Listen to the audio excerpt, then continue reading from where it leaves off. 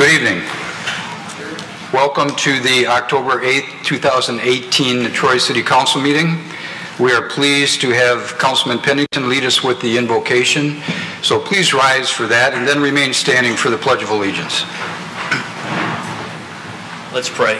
Heavenly Father, we thank you for this day and we thank you for this great country that we live in. We pray that you guide us and in the issues that come before this city council. We pray that you stay with our friends in the police department and the fire department and keep them safe and healthy. We pray for protection for our military here and overseas, and we thank you for all the blessings that we have in our lives. In Jesus' name, amen.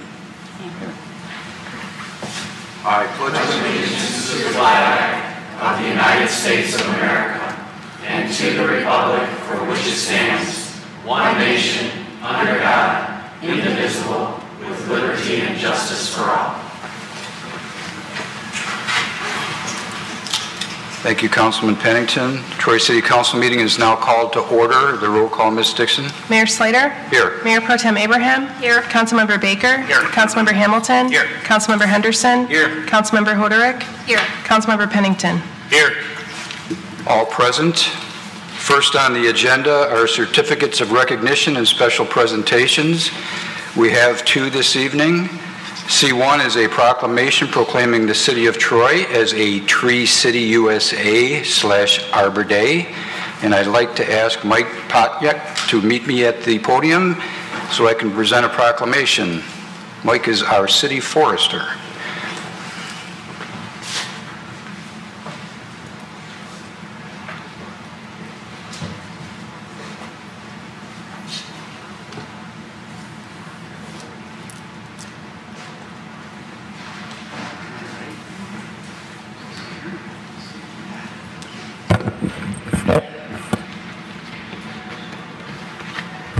Mike, it's my privilege to present a proclamation on behalf of the City of Troy, recognizing us as the Tree City USA / Arbor Day.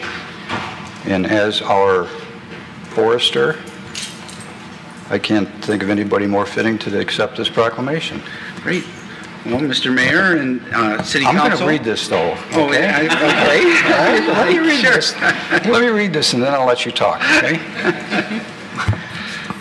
So, whereas the City of Troy has been certified as a Tree City USA for 28 years through the National Arbor Day Foundation, and this prestigious certification proves that the City of Troy is dedicated to the future of its urban forest.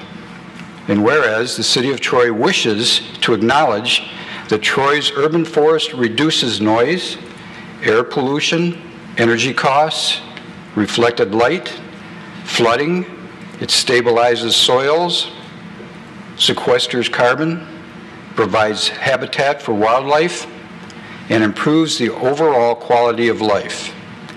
And whereas trees in our city increase property values, and we all know that, enhances the economic vitality of business areas, and beautifies our community.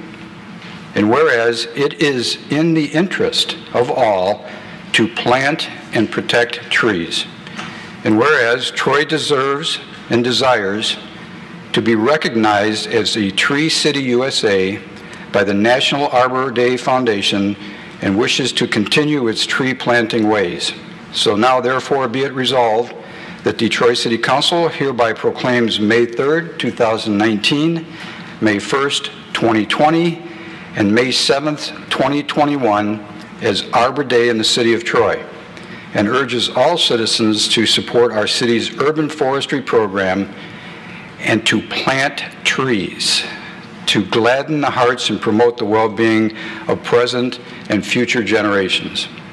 Presented this 8th day of October 2018. Mike, it's signed by myself, all members of City Council. Congratulations to the city.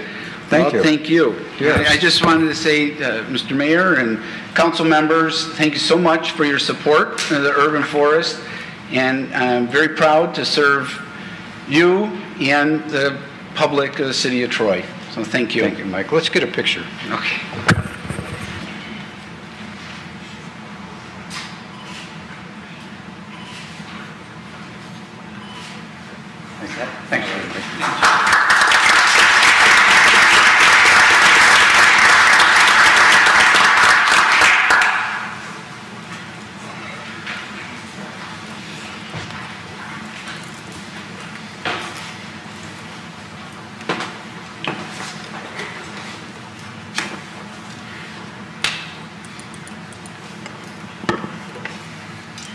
Just a comment that if you plant a little tree like this, in 40 years, it'll be a great big tree. Right? And it gladdens the heart. I like to hear that. Yeah. C2, on behalf of the City of Troy Employees Casual for Cause program for the months of July and August 2018, Community Affairs Director Cindy Stewart will present a check. Good evening, Mayor and good evening, City Council. It's my pleasure, as you all know, we do Casual for a Cause. We get to our jeans on Fridays and raise a lot of money for wonderful organizations like Troy Youth Assistance. And for the months of July and August, we raised $659 for TYA. That's nice. So that's for Meliz as the treasurer of Troy Youth Assistance. Yes. Mr. Mayor and City Council and community, Troy Youth Assistance supports youth and families with community involvement, and I just love Troy and all the involvement that all of the organizations, I'm involved with a couple of them. So we will use this very generous funding for camp building, or camp and skills building. We also have youth recognition, family training, and we're starting to really build up our repertoire and getting a lot more kids, so this will really help with that funding on that. And I'd also like to just also thank you for the non-monetary support that we get throughout the year. So thank you very much. Thank you. Thank you for what you do for our community. Oh, sure. Thank you.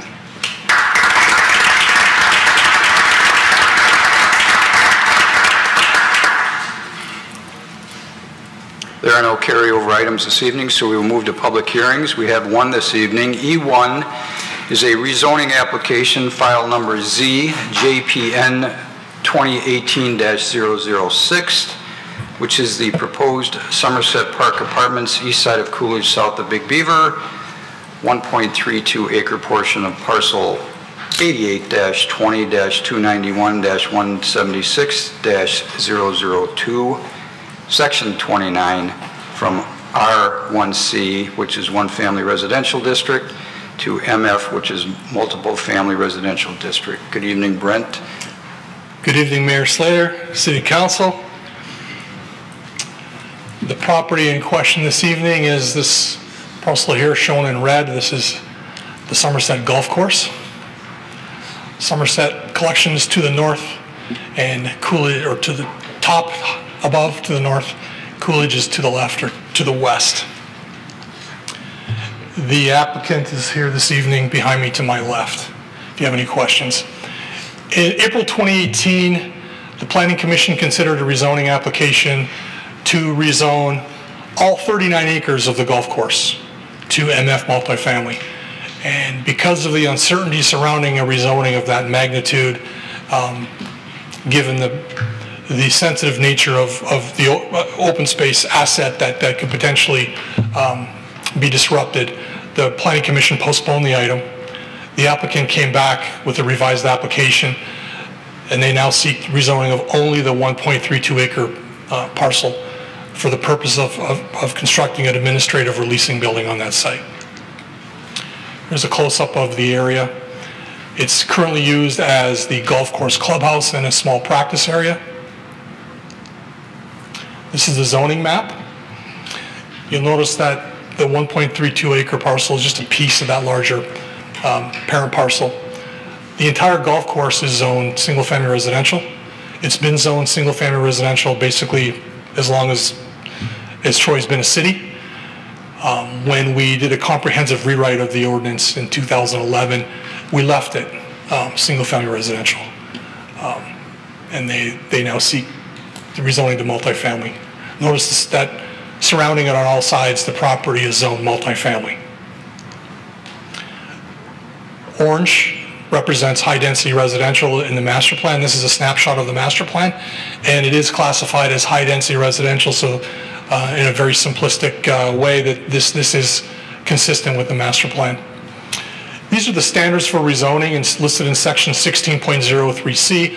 I'm not going to read all the standards, but what I will do is I'll summarize how the standards apply to this particular application. So staff made a finding and Planning Commission agreed with the findings that the rezoning is consistent with the master plan.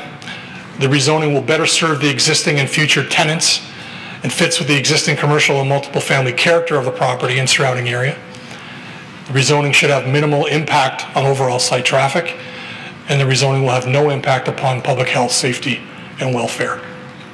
The Planning Commission held a public hearing on this item August 28, 2018, recommended approval 8-0, and staff also recommends approval. And I can answer any questions that you may have. Thank you, Brent. Before we do that, I'll open the public hearing. Any questions from council for Mr. Sabadan?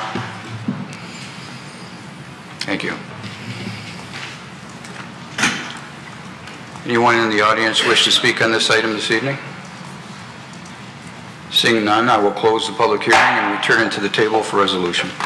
Councilman Pennington. I'd like to move E1, rezoning application file number Z, JPN 2018-006, proposed Somerset Park Apartments, east side of Coolidge, south of Big Beaver, 1.32 acre portion of parcel 88-20-291-176-002, section 29, from R1C 1 family residential district to MF multiple family residential district as printed.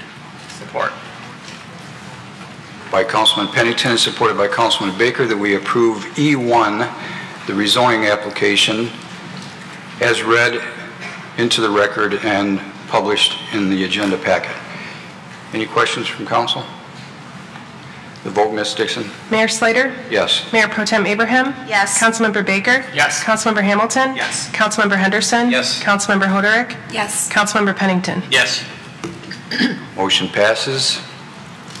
Good luck. Thank you. I don't see that anyone has signed up for public comment on items on the agenda from Troy residents and businesses. Therefore, there is no city council or city administration response necessary. There are no postponed items this evening, so we will move to regular business. I-1, board and committee appointments. There are no mayoral appointments this evening. I will defer to Mayor Pro Tem Abraham for a city council appointment. Thank you, Mayor. I have one appointment for the Parks and Rec Board, and that is for Colleen Oak for the term expiring July 31st, 2019. It is a student position on that board. Support. Moved by Mayor Pro Tem Abraham and supported by Councilman Pennington that we appoint Colleen Oak as the student representative to the Parks and Recreation Board for the term that expires 7/31/2019. Discussion? The vote, Ms. Dixon. Mayor Pro Tem Abraham? Yes. Councilmember Baker? Yes. Councilmember Hamilton? Yes. Councilmember Henderson? Yes. Councilmember Hoderick? Yes. Councilmember Pennington? Yes. Mayor Slater? Yes. Motion passes, and thank you to Colleen Oak for volunteering for that important position. I-2 are board and committee nominations. There are no mayoral or city council nominations this evening. I-3 is a request for closed session. City Attorney Bloom. Yes, thank you, Mayor. I did 2 confidential memorandums inviting council, if you chose to, then there's an opportunity to go into a closed session. However, you all may find that it's a little premature to go into a closed session at this time. So I defer to you on whether or not you want to convene a closed session after the meeting. Thank you. Any questions for City Attorney Bloom? Someone want to move that motion, get it on the table? Councilman Hamilton? I'll move I-3, request for closed session, as printed. Support. By Councilman Hamilton, supported by Mayor Pro Tem Abraham, that Troy City Council shall meet in closed session as printed in the agenda packet. Discussion.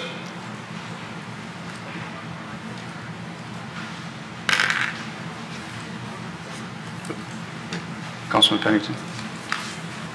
So you're saying that you think it's maybe premature at this time, so It certainly is council's call as to whether or not they feel it's necessary to meet on either of the items tonight.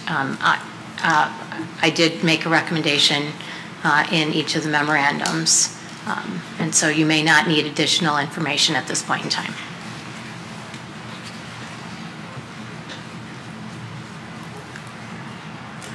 personally, I don't need any further information myself. At this point, I think it is a little early for me. Any further discussion? The vote, Ms. Dixon? Councilmember Baker? No. Councilmember Hamilton? No. Councilmember Henderson? No. Councilmember Hoderick? No. Councilmember Pennington? No. Mayor Slater? No. Mayor Pro Tem Abraham? No. Motion fails. Thank you. I-4 is a bid waiver for new carpeting in the public areas of the Troy Public Library. I see Kathy Russ, our library director, moving forward for an introduction. Good evening. Good evening, Mayor. Good evening, City Council members. With me is my Assistant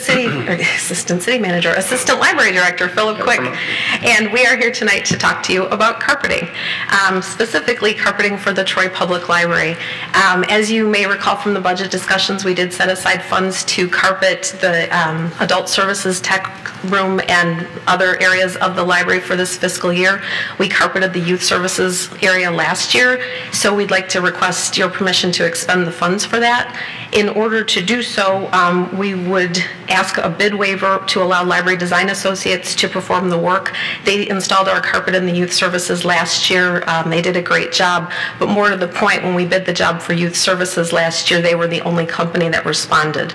We found out later that the other companies that had been on the pre-bid walkthrough were basically they felt unable to cope with the magnitude of the job, given all the library furniture and the specialized nature of the library stacks, lifting the stacks, dealing with the materials on the shelves and so forth. So Library Design Associates performed really well last time. We feel confident in their work. We've used them for other projects as well. And we feel that they'll be able to get the job done in the shortest amount of time. Because as you can see from the second page of the memo, this would require the library to be closed for a certain amount of time.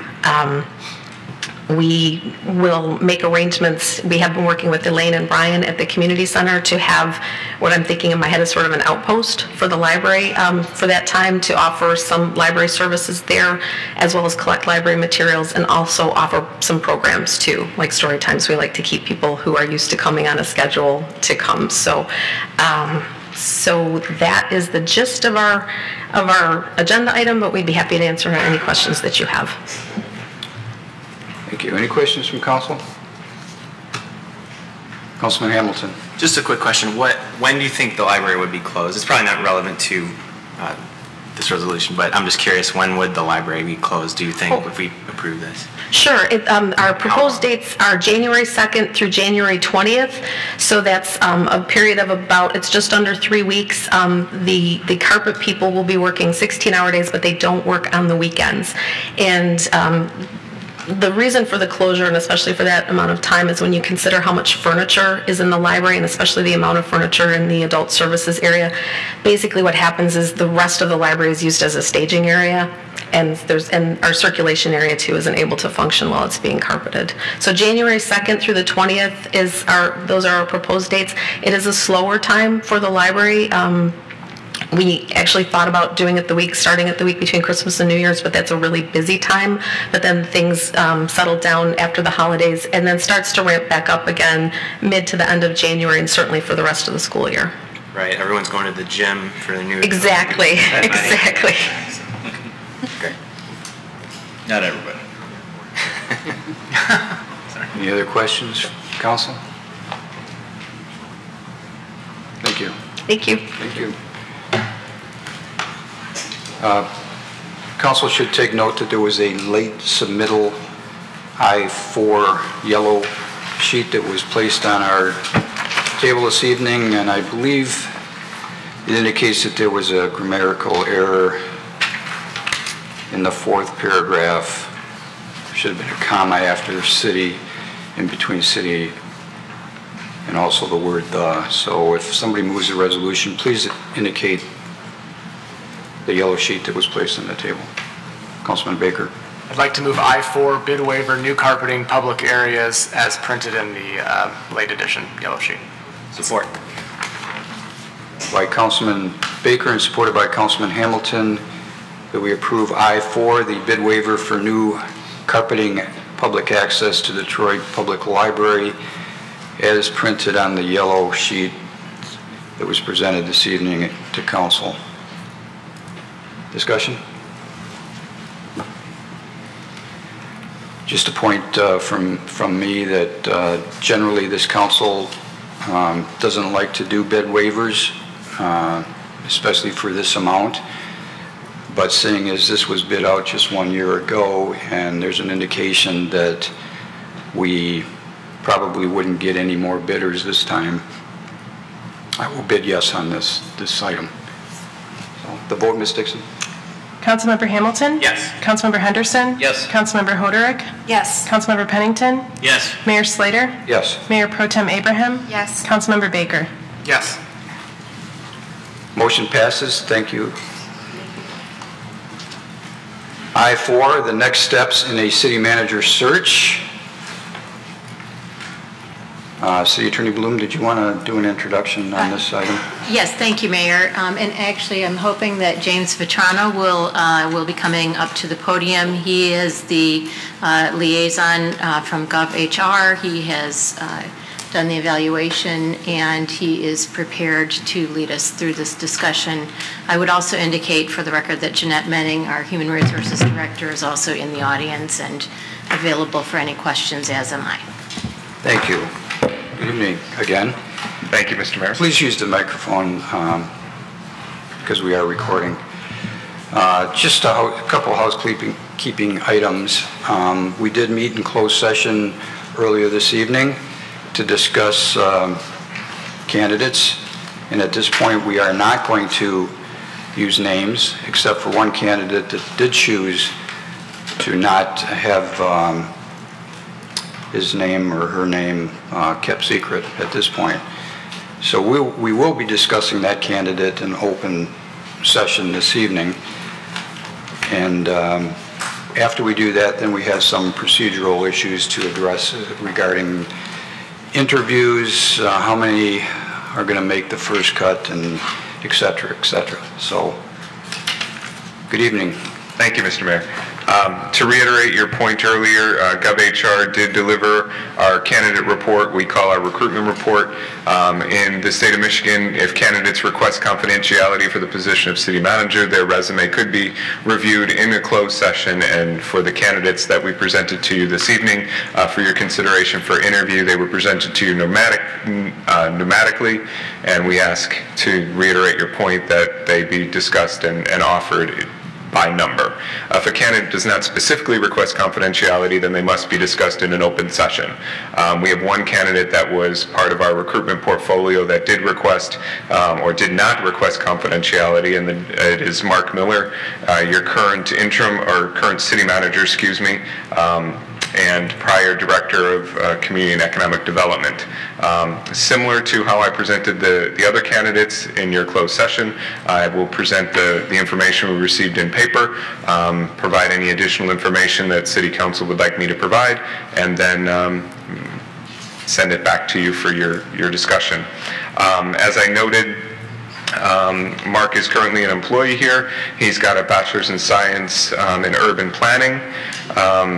And is your current city manager. Prior to that, he served as the interim manager from March to July, and prior to that, Director of Economic and Community Development here in the city of Troy since 2011. We checked references on the candidate, and as I had suggested, or as I provided to you for other candidates, references are good, but usually you get references from individuals that are positive to that candidate. One of the things that we do like to do is ask them for singular words, because people can choose many words to describe someone, and so what type of positive words they're choosing can enlighten us, and so that's what we pull from our reference check, and the words used for this candidate: ethical, approachable, focused, dedicated, professional, and well-regarded. The candidate is seeking the position for the city manager, so that would be from the prior director position. He does have experience now in the city manager position by virtue of his appointment to the interim place and the city manager place by this council. You're more familiar with this candidate than the other candidates, so I probably don't need to provide a whole lot more background to that and his prior service to the city of Troy, working from a planner position up to the position he holds today. So I'd be happy to take any additional questions that you may have on this candidate. We did do a Skype interview with the candidate, so I can glean some information from that, but I'm happy also to let you rest with that. Thank you. Questions from council? Similar to questions that were asked in closed session. Councilman Henderson? Just one, and that's, we asked it of all the other candidates we brought up, how did the interview go, and what your impression is of the candidate? Yeah, our Skype interview with the candidate went very well. He highlighted a high level of knowledge of the community, as one would expect. I also think he has a particular knowledge for the position and what's required of it, having served where he has been. Overall, I've described other candidates' motivation for the position, had a clear articulation for the motivation of wanting to serve Troy in this position, as well as providing, some background on his experience moving through the organization. So overall, we had a good Skype interview and offer him as a Tier 1 candidate. Any other questions from council? Thank you. Thank you. I'll stay close. Please do.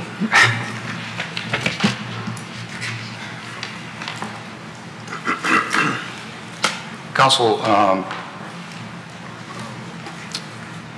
there is a resolution on the table to call for a special meeting on Saturday, October 27, 2018. But before we move to a resolution, I think there's at least two things that we need to decide, and that is if we are going to have more than one interview, because if this is the only interview, then we have to set up possibly some council or some citizen engagement and employee engagement. So, but if we choose to do more than this, then we can do that before a second interview, if we choose. But typically how we've done this is that the city clerk will ask each council member to identify numbers for their final group. But before we do that, we need to decide the number that we're looking for. Councilman Pennington. In our meeting earlier, GovHR's recommendation was that we meet twice in 2 rounds, and so I would like, I would move that I know we didn't do that last time around, there was just 1 round, but I would rather have it in 2 rounds if possible.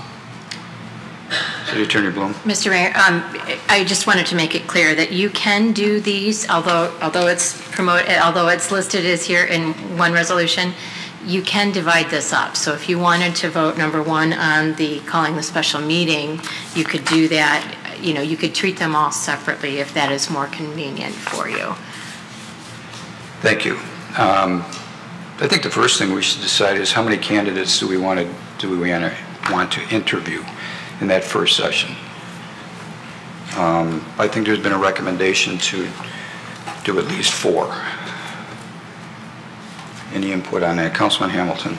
I have 5 I'm interested in. I also agree with Councilman Pennington. I'd like the 2 rounds of interviews too, just to share the consensus.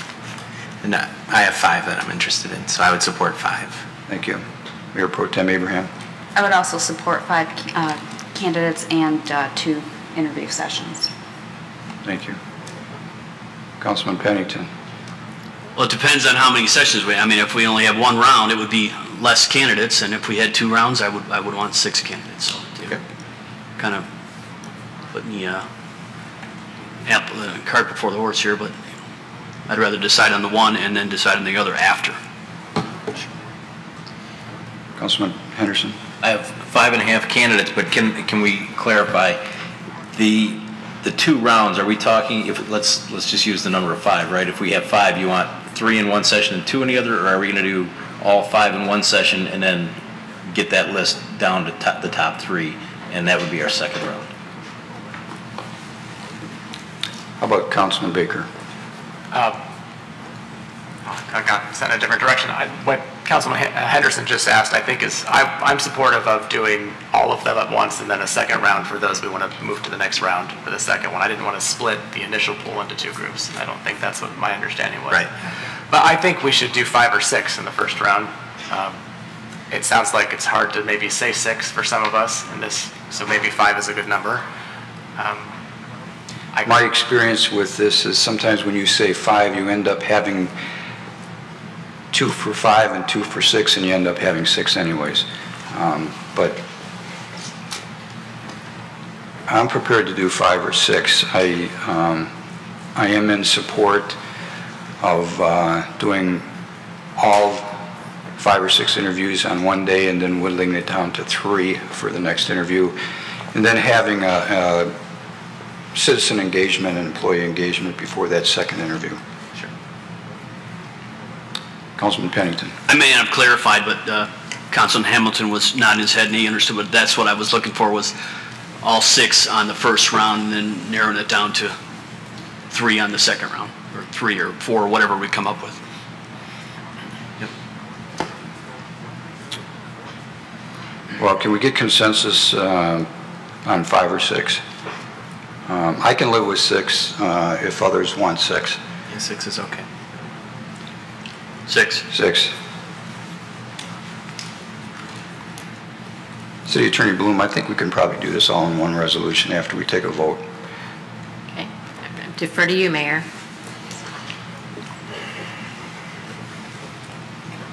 City Clerk Dixon, in the past you would ask each council member to give you 6 numbers, and then we'll find out who has more, 1, 2, 3, 4, 5, or 6.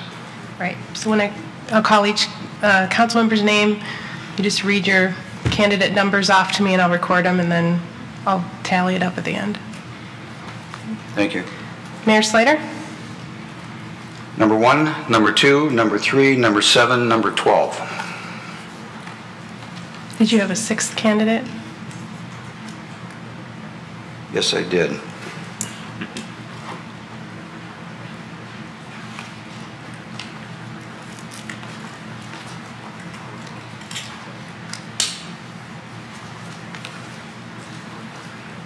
Just give me one more minute here. Mm-hmm.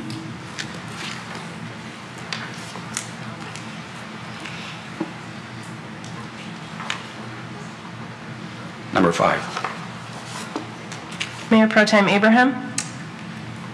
Candidates 1, 2, 3, 5, 6, and 7. Councilmember Baker? 1, 2, 3, 5, 7, 12. Councilmember Hamilton? 1, 2, 3, 5, 7, 12. Councilmember Henderson? 1, 2, 3, 5, 7, 12. Councilmember Hoderick? 1, 2, 3, 6, 7, 12. Councilmember Pennington? Curious where that half was going to come in.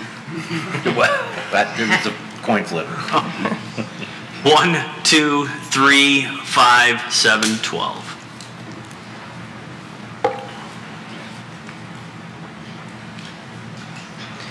So candidates 1, 2, and 3 each had 7 votes. Candidate 5 had 6 votes.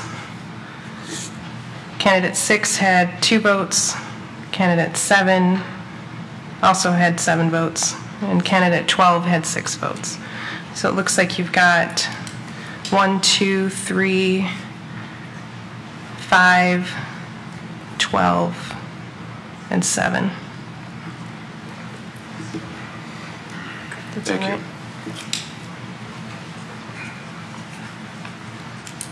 Maybe it would be best to split this up at this point. Yeah, especially because you do need to find dates for the next set of interviews, Mayor.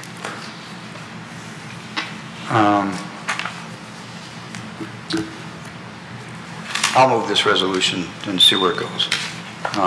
Now therefore be resolved that the Troy City Council hereby calls a special meeting for Saturday, October 27, 2018, starting at 9 a.m. in the City Council Boardroom, 500 West Big Beaver Road, Troy, Michigan, 48084, for the purpose of holding interviews as part of the city manager search process. Be it further resolved that the following candidates listed in numerical order will be invited to interview for the city manager position, with specific interview times on that day to be determined by the search consultants. Candidate 1, number 1, candidate 2, number 2, 3, candidate 3, 4, candidate 7, 5, I'll make it 5, candidate 5, number 5, candidate 7, number 6, candidate 12. Support. Moved by the chair and supported by Councilman Baker that we approve I-5A, we'll call it I-5A, as read into the record by the chair and supported by Councilman Baker. Any discussion on that resolution? The vote, Ms. Dixon. Councilmember Henderson? Yes. Councilmember Hoderick? Yes. Councilmember Pennington? Yes. Mayor Slater? Yes. Mayor Pro Tem Abraham? Yes. Councilmember Baker? Yes. Councilmember Hamilton? Yes. Motion passes. Are we okay with that so far? That is perfect. Okay, now we're going to discuss dates for the second interview. Have one request to go backward, and that's setting the in-person interviews. One candidate is, of your new numbered candidate, will require travel, so we will arrange for either them to be present, acceptable within the policies of the City of Troy, or as a second choice, we would Skype into the public meeting for the interview, just so the public's clear on that one candidate. We will work through that. Also for the public, we will continue to use numbers for candidates through this evening. We will confirm with the candidates that they accept the interview. As soon as they accept, we will send a list back to the city, and then it's public information, and we will provide their resumes as well if individuals would like copies of that. So it will be in a package that you can provide in whatever form you wish. Which, to your point, Mayor, goes to our next, to setting the dates for that second round. Certainly, if you're comfortable with calendars and doing that now, we can accept that and facilitate that. Or if you wish us to work with administration to find a date that works for everyone, I serve at your direction. Councilman Henderson. Just one question, clarification. So we have 6 on the list, and to your point earlier, if somebody decides, I don't want to do this, or there's a conflict, are we going to stick with 5? Yes. Okay. That would be our recommendation. I don't want to come back here and have to have a council meeting to personally. What if 2 were to drop out then? I mean, you said it's common for 1 to drop out. What if 2 were to happen to drop out? With a list of 6, I would still say go forward with your 4. Particularly once we make the names public. The candidates that weren't selected at that point know they're not selected, and it's hard to go back and add to the list. Oh. Makes sense. That makes sense. There was an indication that sooner than later to have the second interview. Correct. And I know at least one council member has issues with November. So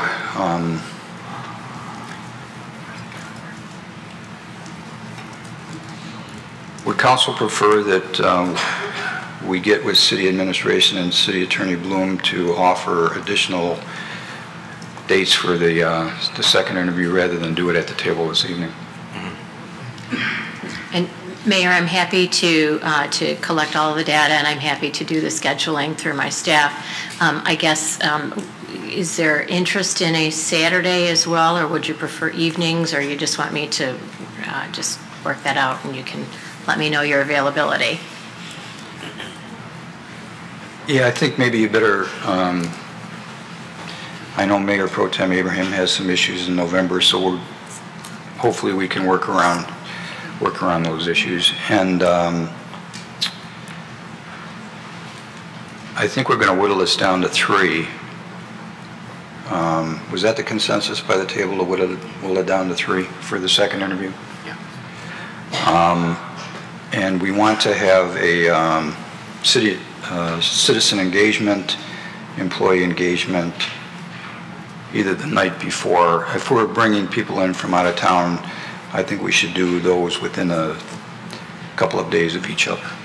Yeah, if I may, Mr. Mayor, it would be our recommendation that you do those back-to-back dates with a plan for 3 candidate interview, and certainly you can change after you hear the interviews, interview first, but with a plan of 3, you have open to night interviews or Saturday interviews. When you go to 6, you don't have much choice, because we really strongly encourage you to interview all same round on the same day. So if it satisfies the council, I'll work directly with the city attorney, keeping both evenings and Saturdays available for your schedules. That sounds good. Councilman Henderson. Would it make sense to do the public engagement before we get to so October 26th, and we would have all 6 candidates there, or is it your preference to wait till we get it down to 3 and have the public engagement there? Certainly you could do it either way. It's our preference to you guys whittle down to 3, and then the public and the employee engagement can be much more focused on the 3 candidates that are most likely to occupy. Sometimes when you have a high number, it's hard for the public to get in an organized way around to the candidates or hear the candidates. So if you are going to go with 2 rounds, we would really like to schedule that just before the second round interview. Just to follow up to that, my only question about that would be, it would be easier, considering Mayor Pro Tem's schedule in November, to do this on October 26th. And it would be nice to have input on those 6 candidates as we go into deliberation on the next day to try to whittle that down to 3. Just one person's thoughts.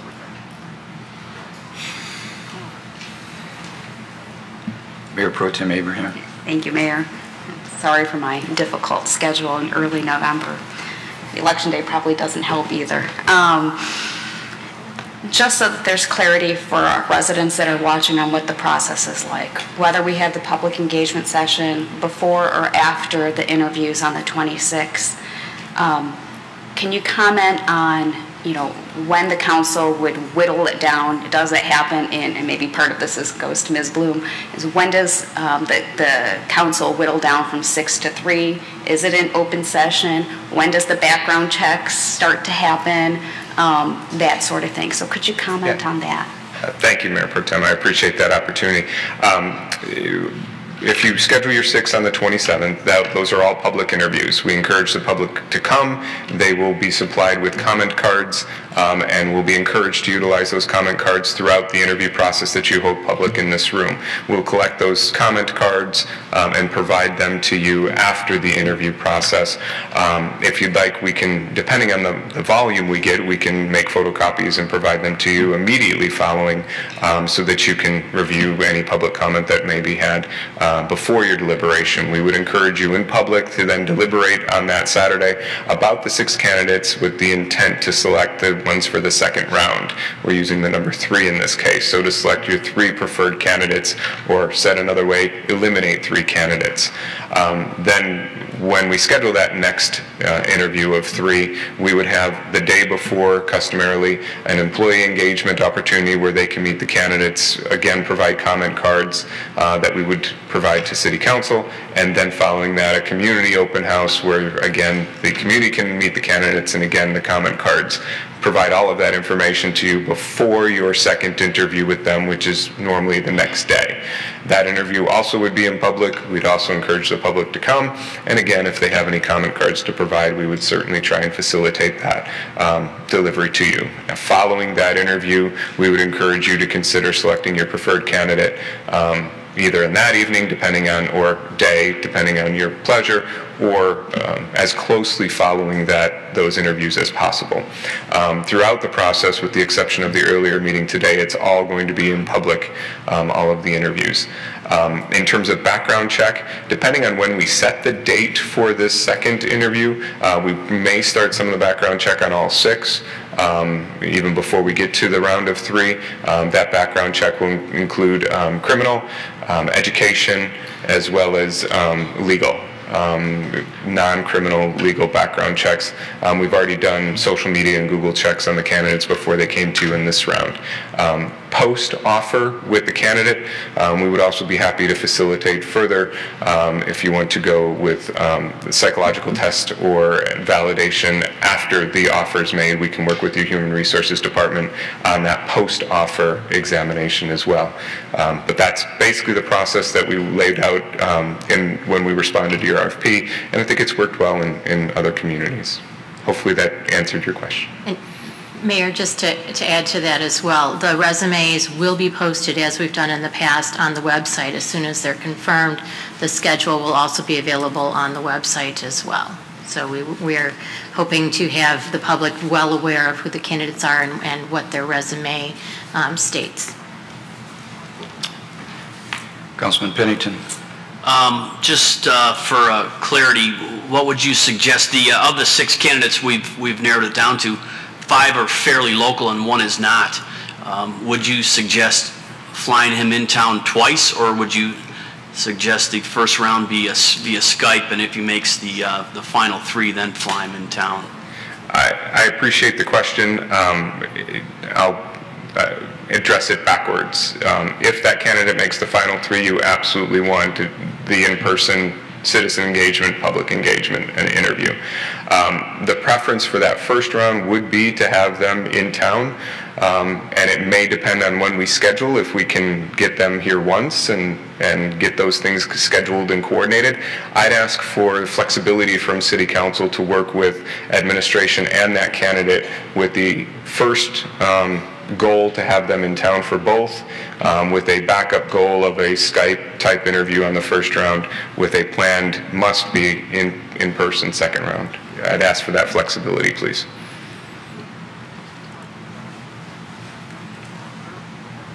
I don't have any problem with that flexibility, but I think we need to put a cap on travel expenses. When we did this, I know we agreed to pay. What was the agreement, City Attorney Bloom? We would be responsible for paying. Yeah, lodging if it's necessary, if they're from out of town, and then also any travel expenses. And I certainly can bring back a resolution at the next meeting, or you can set a cap tonight, whatever is your preference. We will be having other items on the next meeting to set the special meeting, so that will be coming back as well. I don't know, does any other council member have an issue with travel expenses and having a cap? Or do you want to just leave it open-ended? And Councilman Baker? I think it's hard for me to set a cap without having some kind of knowledge of what the estimated cost would be up front. And yet I completely understand this is not a free-for-all on the city. Come travel to Troy, you'll love it here. But so I'm not sure how we pick that. We would do something like that. I don't know if I feel comfortable picking a number that I'd want to aim a little high just to make sure it wasn't cutting somebody off, but then that seems kind of like an artificial cap to me. So I don't know if that can be feasibly done. Mr. Vetrano may have a recommendation. Yeah, sometimes a cap is placed, sometimes it is not placed. Like the city attorney said, we can certainly bring a number back and you can say that is a good number, or at your next meeting, or we would cap it and that the candidate would be responsible for something over that amount, and we can work with the candidate. You know, it really varies, but you know, anywhere from $500 to $1,000, that range it depends on where the candidate's coming from. And I would suggest a high range if you would like to set one. I mean, it's not necessarily pertinent to your discussion, but you have one candidate that you have a concern to bring in terms of containing your costs. That's helpful. But If you would like to set a cap, I would suggest something in the range of $1,000. And if you don't want to set a cap and you'd rather us bring back an amount for approval, we can certainly do that.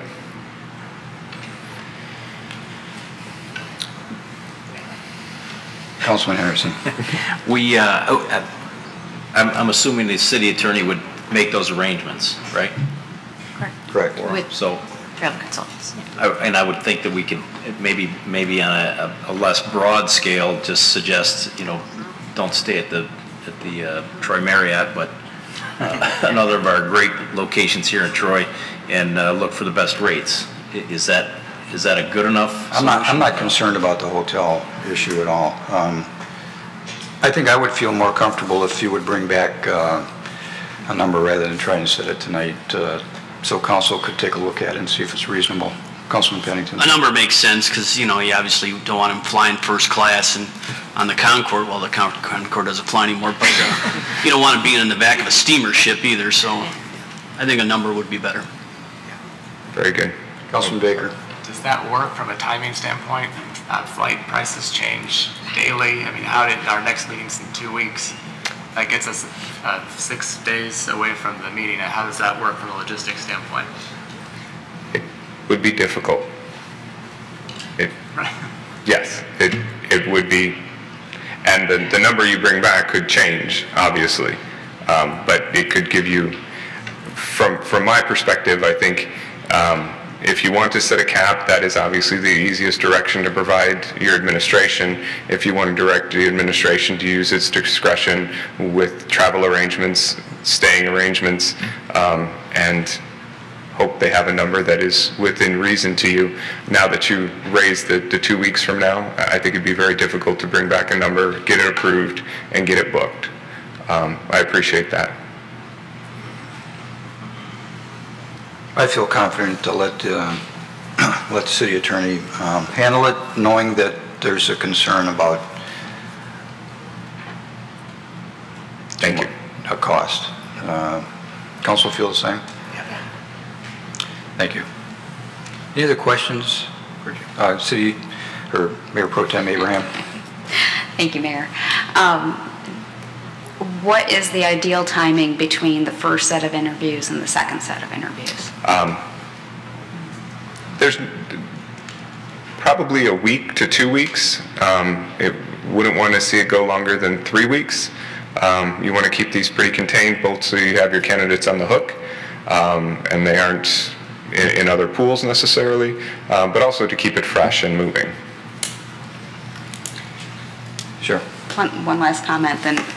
Given that and my difficult November schedule, then I would suggest maybe November 3rd, which is a Saturday, which was a date that we had considered previously for the first round interviews, might be used as our second round interview date. Would Friday night for a public engagement, meet and greet That would work. Well, let's get back to City Attorney Bloom and see what we can work out here. I was going to say, if we have permission to pull out our phones to look, we don't use our cell phones during the meeting, so we don't violate the Open Meetings Act, and my calendar's on my phone, so off the top of my head. We'll get back with City Attorney Bloom.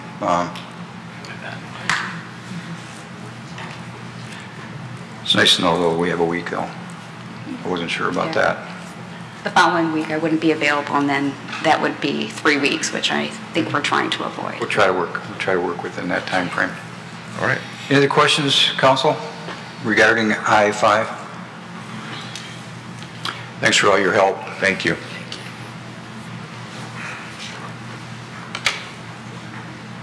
I-6 is an application to delist 839 West Waddles Road. I see Brent Savadant is back. Good evening. Good evening. The applicant, Omar Shahaya from Choice Development Group, is sitting to my right about 4 rows behind me, and he's available to answer any questions that you may have. Some people in the audience may be wondering, what is a delisting? Well, I'm here to tell you what a delisting is. We have Chapter 13 of the Code of Ordinances. It's called Historic Preservation. And right today, there are 28 historic districts in the city of Troy. Some communities, a historic district is a neighborhood. If you go to Pontiac, there's a few historic districts where there's a collection of homes together assembled in one district. In Troy, we have individual properties that are in and of themselves historic districts. And what delisting is removing the historic designation of the property. So it's removing it from the list of properties that are designated as historic. And there's numerous reasons to do this. One is if a property is historic, it can only be improved if it's consistent with historic standards. If there's a historic property that has a building on it that is proposed to be demolished, you can't demolish a historic property, so you delist it before it's demolished. Those are two reasons. These are the historic properties in Troy in purple. Again, there's 28 of these properties. And this is the property in question, 839 West Wattles. It's located on the south side of Wattles, just east of Crooks. Very, very brief history. You've all got the report in front of you. The house was built in 1852. It is of the Greek Revival architectural style. It was actually, this building was actually built across Wattles originally, and it was moved in 1942. It was placed on a cinder block basement with glass block windows. They added vinyl windows, added an addition that was not consistent with the architectural standard, and this is how it looks today. So to delist a property, City Council should apply 3 standards and make a finding that at least one or more of the standards are met. The first standard: the historic district has lost those physical characteristics that enabled establishment of the district. And your report will indicate that the Historic District Study Commission found that the alterations that were made to the building actually reduced its historic value. In fact, these additions were made before the property was added to the list, and the ordinance was created in 1987. Number 2, this historic district was not significant in the way previously defined, and the committee found that the house lacks historic significance and craftsmanship that are found on other houses from the same era. And the third standard is that the historic district was established pursuant to defective procedures. And the committee made a finding that it is unclear why this property was originally categorized as a historic district. Basically, and I'll try to summarize this in a nutshell, Chapter 13 was created in 1987, and there were a number of properties, more than 28 that exist today, because there have been some delistings over time. But the people that made the effort, and it was a significant effort and an important effort, but when the effort was made to create Chapter 13, they perhaps added some properties that were not necessarily historic significant of historic significance. That's the finding that the committee made when looking at this property. So the Historic District Commission met a number of times, but the most recent was May 15th, 2018, and they made a recommendation to delist the property. On June 12th, 2018, the Planning Commission recommended delisting the property, and staff supports the recommendation of the Historic District Study Committee and the Planning Commission. One thing I forgot to mention was the State Historic Preservation Office, as is required by our ordinance, is sent the draft report, and as one would expect, they disagreed with the findings of the committee and do not support the delisting. That is not a binding recommendation from the State Historic Preservation Office. It's in your packet, but I just wanted to state that for the record. And I can answer any questions you may have. Thank you, Brent. Any questions from council? You know, Brent, this is the second time, I think, in 2 years that this issue has been brought up, and I think the inference has been that when this list was first established, that somebody just went around Troy and looked at old houses and said, let's just put these on a list and so let's stick them in the historic district. Is it time that we need to revisit that so that this doesn't happen every year or 2 years now? I think it may be. Is that possible? I think it may be, and I want to be careful because, again, it was an important effort, and there are certainly a lot of significant resources on that list. It just so happens, though, that the committee made a finding that the last two, they didn't believe that they should have been placed on the in Chapter 13 at the time. But I think there's merit in revisiting that and seeing how it stands up in 2018. Thank you. Any questions? Thank you, Brian. Thank you. Somebody like to move the resolution? Councilman Pennington? Move I-6, the application to delist 839 West Waddles Road as printed. Support. Moved by Councilman Pennington, supported by Councilman Henderson, that we approve I-6, which is the application to delist 839 West Waddles Road as printed in the agenda packet. Discussion? We don't have to put in the resolution that it meets the standards. No, the resolution as proposed, it actually does require us to record it as well, so it will be recorded. That's part of the resolution that's in your packet. And that's, you don't have to go through each of the standards. Thank you. The vote, Ms. Dixon? Councilmember Hoderick? Yes. Councilmember Pennington? Yes. Mayor Slater? Yes. Mayor Pro Tem Abraham? Yes. Councilmember Baker? Yes. Councilmember Hamilton? Yes. Councilmember Henderson? Yes. Motion passes. Good luck. Next on the agenda is the consent agenda. Anyone wish to pull a consent agenda item this evening? Councilman Henderson? I'd like to move all items on the consent agenda as printed. Support. By Councilman Henderson and supported by Councilman Hamilton, that we approve all items on the consent agenda as presented and printed in the agenda packet. Discussion? The vote, Ms. Dixon? Councilmember Pennington? Yes. Mayor Slater? Yes. Mayor Pro Tem Abraham? Yes. Councilmember Baker? Yes. Councilmember Hamilton? Yes. Councilmember Henderson? Yes. Councilmember Hoderick? Yes. Motion passes. If you were here on a consent agenda item this evening, they've all been approved. Next are memorandums and future council agenda items. K1A is an announcement for a public hearing on October 22nd, 2018. A preliminary site plan review and special use approval, file number SPJPLN 2017-0026, which is the proposed Midtown Crossing Cluster, west side of Rochester, west of Livernois, north of Long Lake, between Creston and Trinway. Section 10, currently zoned R1C, which is one family residential district.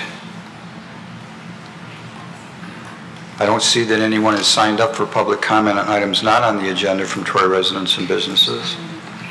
Oh, excuse me. Aaron Green, Troy resident, wishes to speak. I saw that. I was just kind of moving through. Just testing. Just kidding. Hello again, council. Pardon. As the last time I met, I'm just more or less going to complete, but I will come to the point. First, I would like to mention that today is Indigenous Peoples Day. And second, just a reminder, tomorrow is the last day to register to vote for the November general election. Moving on to the point at hand, last time I spoke on the truly vile nature of much of the public and mailed campaign literature. Some of it has been moderated by an act from from several years ago, and that has helped, but other things are simply unregulated. The result of which is that there are things that go out, particularly mailers, which are simply free speech and do not have to meet standards which I think we would all wish they would. And many of you have either been subject to that or up there very much in large part because of it. I can think of at least two of you who are up there in part because of what happened around the library campaign with an enormous amount of misinformation. Last year we had that with the proposal to change the charter. And in this last primary, one of you in particular had some very unfortunate literature go out, wholly false literature go out, and there's nothing that can really be done about that. So while I, of course, cannot ask you to curb free speech, I would ask that council consider bringing a motion to simply condemn false negative advertising for political purposes. Nothing beyond that. It's awful no matter what side you're on, or if you have no side. It muddies the waters and slanders people's good names, regardless of where they fall on the political spectrum. And I think you've all either experienced it directly or indirectly.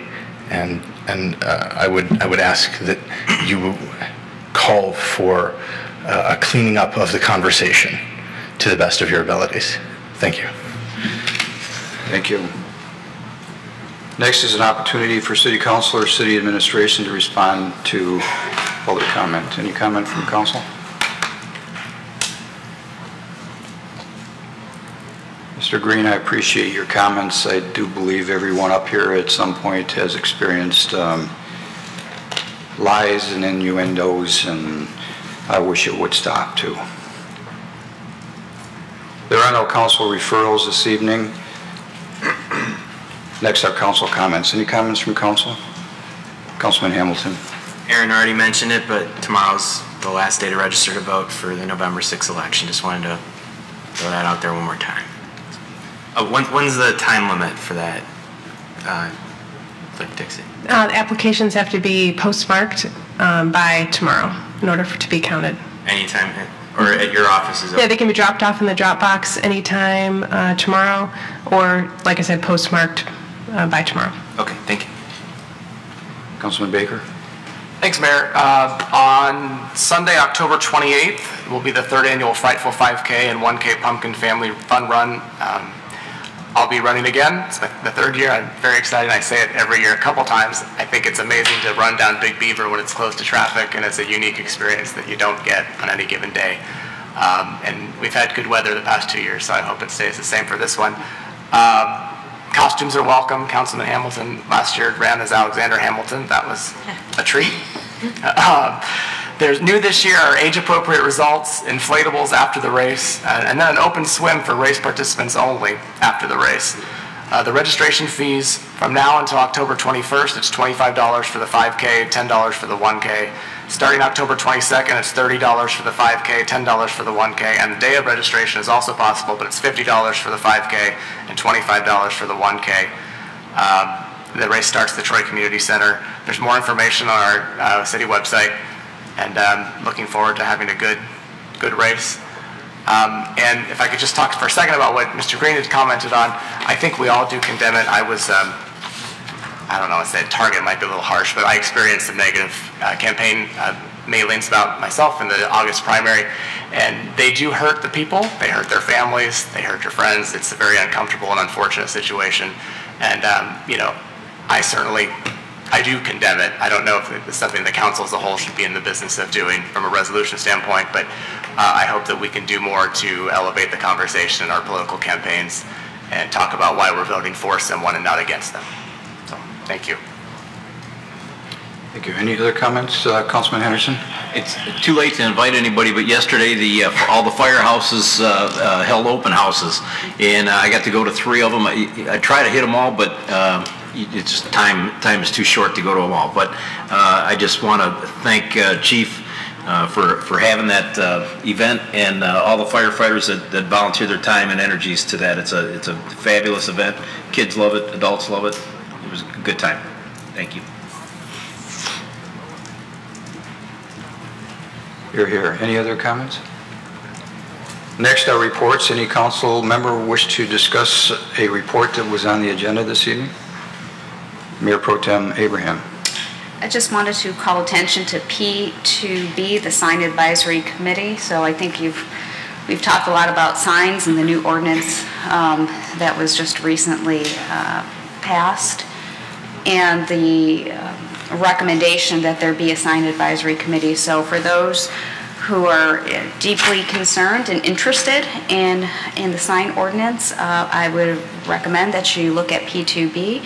And if you're interested in volunteering, I think Mr. Miller would be taking names of those that would be included in that first committee.